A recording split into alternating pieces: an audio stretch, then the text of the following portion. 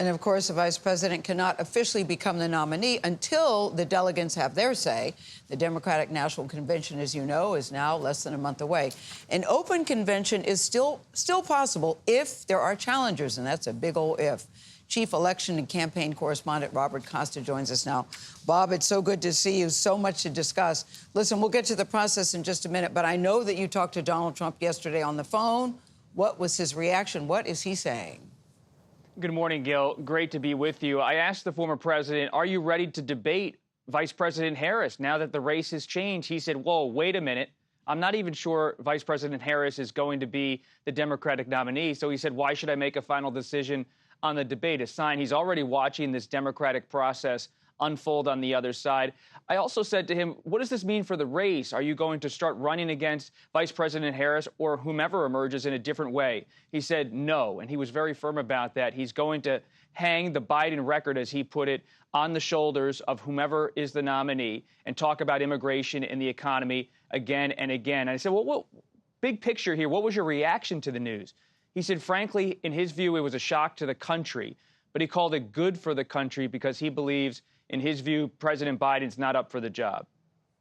I guess it's too early to talk about if he's interested in debating Kamala Harris. Any word on that? He has so far backed away from this scheduled debate at another network for September. He says it should be held by Fox News. And he also said he just wants to see what the Democrats do at their own convention. But it's pretty evident he would like to debate somebody at some point. Just no decisions have been made. The fluidity of all this has given the Republicans an opening. Let's talk about the delegates, because there are 3,900 delegates currently who are pledged to Joe Biden. What happens to them, and what happens to all the money that has been raised? Well, Gayle, let's say somebody out there is a delegate for President Biden. You're what we call a pledged delegate. If you're pledging anything, whether it's a sorority or fraternity or anything in life, that doesn't mean you're bound by law. So these delegates are going to Chicago as so-called pledged delegates, and they have committed in many respects to vote for President Biden. But that doesn't mean they have to vote for President Biden on the first ballot.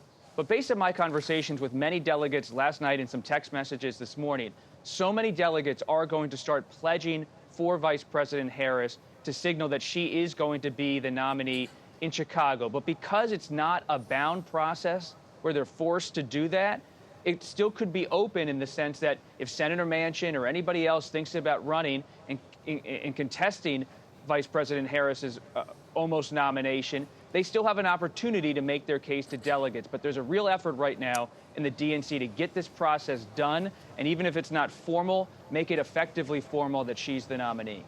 And the money? The money for Vice President Harris will be there because she's already on the ticket with President Biden. So if she becomes the nominee, she will be able to use the money raised by the Biden-Harris campaign, now the Harris campaign. But if it's somebody else, it's going to get complicated. You're going to have to maybe get some of that money given to the DNC. All right, Bob Costa, I knew you would be the one to talk to today. Thank you so much.